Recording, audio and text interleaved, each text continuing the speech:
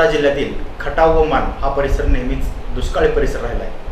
मात्र खटाव व मान तालुक्यात या ठिकाणी दुष्काळ कमी व्हावा यासाठी असं एक व्यक्तिमत्व काम करते की जे आपल्या स्वतःच्या पदरच्या पैशानं या जनतेसाठी आंधळी जिल्हा परिषद पंचायत समिती गणातील लोकांना स्वतःच्या पैशातून टँकर असेल किंवा इतर सुविधा असेल देण्याचे काम करतात. असं व्यक्तिमत्व म्हणजे शेखर भाऊ गोरे. आज आपल्यासोबत आहेत शेखर भाऊ गोरे.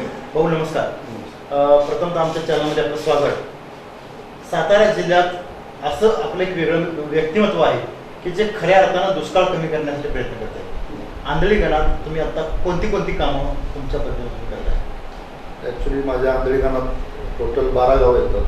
प्रत्येक गावात पिकअप शेड असेल, अंतर्गत रस्ते असतील, सिमेंटचे असतील किंवा मुरमीकरण असेल किंवा विहिरीतील गाळ काढायचा असेल किंवा बाकीची तुमची पिकअप शेड असेल, बाकीची गावातील इतर कामं असतील, गटर असेल किंवा मंदिराची कामं असतील किंवा अजून इतर कामं असतील, ते प्रत्येक गावात मी स्वतःच्या स्वखर्चातून केलेले आहे. महत्त्वाचं म्हणजे माझ्या पंचायत समितीच्या माध्यमातून मला वार्षिक 3.5 लाखाचा फंड येतो. 3.5 लाखाचा फंड म्हणलं तर मला एकंदरीत 2 वर्ष झाली. पंचायत समिती सदस्य म्हणून मला 2 वर्ष झाली. पण 3.5 म्हणजे कमीत कमी 7 लाख रुपये आम्हाला पंचायत समितीतून मिळाले.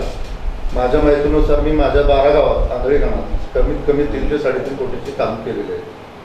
भाऊ महत्त्वाचं तुम्ही असं काम केलेलं आहे की गेल्या वर्षी प्रचंड दुष्काळ मोठा पडलेला आणि प्यायला पाणी नव्हतं. अक्षरशः आम्ही पाहिलं तर दुष्काळाच्या परिस्थितीत काय काम केलं? दुष्काळाच्या परिस्थितीत ज्यावेळेस आम्हाला इथं जाणवायला लागलं आणि पंचायत समितीच्या माध्यमातून किंवा झडपीच्या माध्यमातून आम्हाला लोकांना पाण्याची सोय व्यवस्थित होत नव्हती, सामान्य लोकांना पाणी मिळत नव्हतं, त्यावेळेस मी असं ठरवलं की माझ्या गणात माझ्या 12 गावात ह्या लोकांनी मला प्रचंड मताने निवडून दिले. इतर माझ्या माहितीप्रमाणे जिल्ह्यात 1 नंबर मताने मला पंचायत समिती गणातून निवडून दिले. त्यामुळे मला काहीतरी त्यांचं देणं लागत होतं असं वाटत होतं, म्हणून मी माझ्या स्वखर्चातून मी टँकर चालू केला. सुरुवातीला 1 टँकर चालू केला. तो टँकर कमी पडायला लागल्यामुळं 12 गावात तो काय कव्हर करू शकत नव्हता.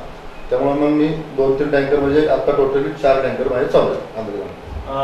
बंधाऱ्याची कामं असतील तर ती किती सक्सेसफुल झाली?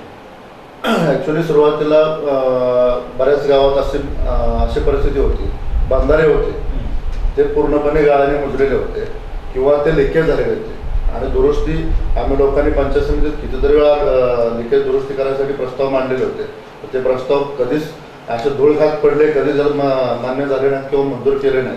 त्यामुळं आम्ही स्वतःच्या माझ्या वैयक्तिक पोकल्यांच्या सहाय्यानं टोटली प्रत्येक गावातील प्रत्येक बंधाऱ्यातील गाळ काढून बऱ्यापैकी पाणीसाठा होईल याची व्यवस्था केली आणि लिकेज काढण्याचं बी पूर्णपणे काम आमच्या स्वतःच्या स्वखर्चातून केलं. भाऊ, हा खटाव आणि मान तालुक्यात जी जनता आहे त्यासाठी आरोग्य सेवा उपलब्ध व्हावी यासाठी तुम्ही ॲम्ब्युलन्स सुद्धा तुम्ही स्वखर्चाने दिले आहे. त्याबद्दल असणार सुरुवातीला ज्यावेळेस मी इलेक्शनला उभा राहिलो होतो, पंचायत समितीच्या इलेक्शनला, जिल्हा परिषद पंचायत समितीच्या इलेक्शनला, त्यावेळेस मी इलेक्शनमध्ये असताना माझी मम्मी थोडा अटॅक ह्या स्वरूपातला एक आजार होता. ती माझी मम्मी वडूजला काटकर डॉक्टरांच्या इथं हॉस्पिटलमध्ये ॲडमिट केले असता तिला वेळेत ॲम्ब्युलन्स न मिळाल्यामुळं तीच ॲम्ब्युलन्स 1.5 तासाने मिळाली. तीच ॲम्ब्युलन्स अर्ध्या तासाच्या आसपास मिळाली असती तर माझी मम्मी 100% वाचली असती. असंच प्रत्येक घरातील माझ्या आंधळी घरातील माझ्या मान खटावमधील जनतेला असेच प्रॉब्लेम क्रिएट होतात. त्यामुळे मी निर्णय घेतला. तुम्ही अनेक विद्यार्थ्यांना मदत केलेली आहे, शाळांच्यासाठी सुद्धा मदत केली आहे. आमच्या आंधळी गाणातील सांगायचं झालं तर आमच्या इथं 2-3 हायस्कूल आहेत मोठी. त्या हायस्कूलला जाणाऱ्या विद्यार्थ्यांना सकाळी जाताना किंवा संध्याकाळी जाताना परत कोणत्याही परिस्थितीत ह्या 2-3 स्टॉपवर कोणतीही गाडी थांबत नव्हती. त्याच्यासाठी तुमचं निगळ असेल किंवा कोळेवाडी असेल किंवा अलीकडं पांढरवाडी असेल किंवा मेहमानगड असेल, मेहमानगडला इथं कॉलेज असल्यामुळे बरेच विद्यार्थी ये जा करत असतात. तर इथं लांब पल्ल्याच्या किंवा इथल्या जवळच्या पण गाड्या तिथं आपल्या स्टॉपवर थांबत नव्हत्या. त्याच्यासाठी मी आंदोलन केलं. त्या आंदोलनाला कमीत कमी 4 ते 5 लाख लोकांना बरोबर घेऊन 2.5 तास मी आंदोलन केलं आणि माझ्या सगळ्या मागण्या ते टोटली माझ्या 15 मागण्या होत्या, टोटली मागण्या पूर्ण करूया. भाऊ, तुम्ही शिक्षणासाठी प्रयत्न केले, मात्र छेडछाडमुक्त तुमचा मतदारसंघ झाला पाहिजे किंवा जिल्हा झाला पाहिजे यासाठी सुद्धा आंदोलन केलं, याचबरोबर पाण्यासाठी सुद्धा आंदोलन केलं. काय सांगता? ॲक्च्युली छेडछाडच्या बाबतीत बोलायचं असेल तर हा भाग आमचा आंधळीगण हा भाग बऱ्यापैकी दहशत असणारच भाग होता. मेहमानगड असेल, उकरडे असेल किंवा वरची 4-5 गावं असतील, बऱ्यापैकी दहशत असणारच गाव आहे. त्यामुळे सुरुवातीला मी असा विचार केला की सगळ्यात पहिलं मेहमानगडमध्ये ऑफिस करायचं, जेणेकरून इथलं दहशत पूर्ण मोडून काढायचा. इथं जवळ कॉलेज असल्यामुळे बऱ्याच छेडछाडीच्या घटना घडायला लागल्या. माझं ऑफिस झाल्यानंतर थोडाफार फरक पडला, पण ऑफिस झाल्यानंतर पण काय काय जे लोक होते ते त्यांच्या सवयी बदलत नव्हत्या. त्यांना आम्ही आमच्या प्रतिष्ठानच्या माध्यमातून किंवा माझ्या माध्यमातून त्या लोकांना आम्ही पोटणीवर आणतो. नक्कीच अशा वेळी हेच कारणीभूत, म्हणजे हीच गरज आहे. इथून पुढच्या काळात तुम्ही एक चांगले व्यावसायिक होतात, त्यानंतर राजकारणात आला. आता तुम्ही तालुक्याच्या राजकारणात तुम्ही निघाला. एक उत्तम व्यावसायिकातून समाजकारण आणि राजकारण असं यावंसं का वाटलं? तसं बघायला गेलं तर माझी राजकीय पार्श्वभूमी थोडीफार आहे. माझे बंधू आमदार आहेत. आम्ही राजकारणात काम करत असताना, आमदारकीला काम करत असताना आम्ही कार्यकर्त्याकडे किंवा आम जनतेकडे जाताना काही मुद्दे आम्ही घेऊन गेलो होतो. हे भ्रष्टाचार असेल किंवा कमिशनबाजी असेल, अशा बऱ्याच घटना आहेत की त्याच्यातून आपल्याला निगेटिव्ह सत्ताधाऱ्यांना, अगोदरच्या सत्ताधाऱ्यांना निगेटिव्ह जे होतं त्याचा फायदा आपल्याला मिळाला. त्या मुद्द्यावर आपल्याला लढायचं होतं. तो मुद्दा थोडा बाजूलाच झाल्यामुळे मला राजकारणात प्रवेश करावा लागला. आता तुम्ही आगामी विधानसभेसाठी प्रबळ दावेदार म्हणून आहात, सगळी जिल्ह्यात चर्चा आहे, तर तुमची दिशा काय असेल? ॲक्च्युली मी आमदारकी लढवायचं डोक्यात घेतलं म्हणजे ह्याच मुद्द्यावर घेतलं की आपल्या मानखटावमध्ये भ्रष्टाचार, कमिशनबाजी आणि सगळ्यात महत्त्वाचं म्हणलं तर मानखटावला कायमस्वरूपी पाण्याचा प्रश्न.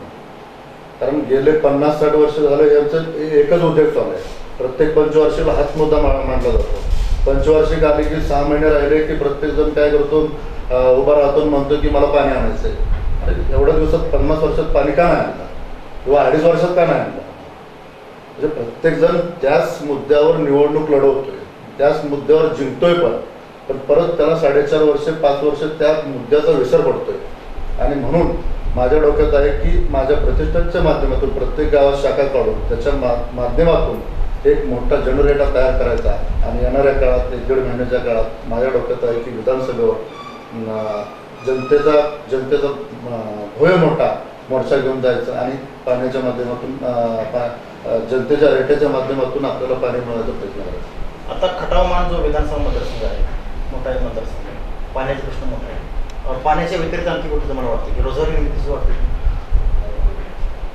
सर्वात पहिलं म्हणलं तर आपल्याला पाण्याचा मुद्दा घ्यावा लागतो. कारण पाण्याचा मुद्दा जर आला तर पाणी पिण्याची सोय होऊ शकते किंवा शेतकऱ्यांचं महत्त्वाचा बेस आपला शेतकरी आहे. शेतकरी जर सक्षम नाही झाला तर तुमचे उद्योगधंदे किंवा बाकीचे धंदे कोणतेही सक्षम होऊ शकत नाही. त्यामुळे सगळ्यात पहिला मुद्दा आपला पाण्याचा आहे. आमच्या महाराष्ट्रात पाहिलं विजयसिंह मोहिते पाटलांची प्रचंड अडचण होती. तुम्ही अजित पवारांच्या समोर प्रचंड मोर्चा तुम्ही सामील झाला आणि विजयसिंह मोहिते पाटलांचा विजय झाला. विजयसिंह मोहिते पाटलांच्या विजयाचे तुम्ही खरे शिल्पकार ठरला. इथून पुढच्या काळात अजितदादा तुम्हाला मदतीचा हात देतील? अजितदादांचे आणि माझे वैयक्तिक संबंध आता राजकारणापासून नाही, ते मी बिझनेसमध्ये असताना त्यावेळेपासून माझे आहे. म्हणजे गेले 7 ते 8 वर्षापासून माझे संबंध आहे. इथं ॲक्च्युली आमच्या मानखटावमध्ये काँग्रेस आणि राष्ट्रवादी आघाडी झालेली असताना मी वेगळा काय अर्थ काढणं, वेगळा मी दुसरा पर्याय काढणं चुकीचं होतं. मला तेच असं वाटलं की राष्ट्रवादीच्या उमेदवाराला आघाडीचा धर्म पाळून आपण मदत करायची. पण तुमच्या पाठिंब्यामुळंच विजयसिंह मोहिते पाटील निवडून आले, हे खरंच आहे? मी असं म्हणेन, माझ्या 12 गावात, माझ्या आंधळी खानात टोटली राष्ट्रवादीच्या सर्व ग्रामपंचायती मी काँग्रेसमय केल्या आणि बिनविरोध केला. त्यामुळं मला त्यांचं राष्ट्रवादीचं काम करायला मला तसे प्रॉब्लेम झाले, भरपूर प्रॉब्लेम झाले की काँग्रेसमध्ये असणारी राष्ट्रवादीचा गट, माझ्या कामावर प्रेम करणारी माणसं एकत्र आल्यामुळं त्या लोकांना मी परत घड्याळाच्या चिन्हाला मतदान करा असं म्हणणं फार चुकीचं होतं. त्यामुळे मला कन्व्हिन्स करायला भरपूर त्रास झाला. तरी पण मी काँग्रेस आणि राष्ट्रवादी आघाडीचा युतीचा धर्म पाळायचा म्हणून मी सर्व लोकांना एकत्र केलं, कन्व्हिन्स केलं आणि त्या लोकांना बरोबर केलं. तुम्ही आघाडी धरून पाळलात, तुम्ही सक्षम आहात, तुम्ही आघाडीला उमेदवारी मागणार आहात की अपक्ष मागणार? आत्ता सध्याला माझ्या असं काही डोक्यात नाही.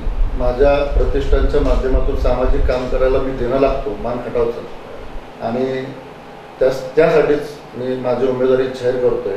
आणि येणाऱ्या काळात त्यांनी तिकीट दिली तर त्याचा विचार करून मी कार्यकर्त्यांना विश्वासात घेतल्याशिवाय मी कोणताही निर्णय घेणार नाही. अपक्ष लढाईची मी पूर्ण ताकदीनं आणि कोणत्याही किमतीवर कोणत्याही परिस्थितीत माघार घेणार नाही. ह्या बेसवर मी विधानसभा निवडणूक लढवणार. भाऊ, जिल्ह्यात अशी चर्चा आहे, पत्रकार म्हणून विचारतो की शेखरभाऊ गोरे भाजपमधून निवडणूक लढवणार, हे कितपत खरं आहे? भाजपमधून निवडणूक लढवायला आमचे कार्यकर्ते उत्सुक आहेत.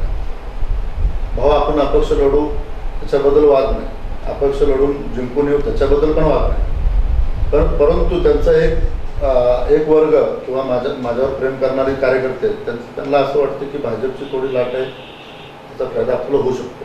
तर मला त्यांना सगळ्याला असं सांगायचं आहे की आपण अपक्ष लढाईची पूर्णपणे तयारी ठेवू. पक्ष आपला विचार करत, आपल्या कामाचा विचार करत आपल्याला उमेदवारी द्यायचं का नाही ते ठरवतो. आगामी काळात तुम्ही सांगितलं पाणी असेल, बाकीचे मुद्दे घेऊन लढणार आहे. आणखी येतात, हा मतदारसंघ मोठा आहे, खटाव आहे, मान आहे. जनसंपर्क वाढवण्यासाठी कशा पद्धतीने प्रयत्न करणार आहोत?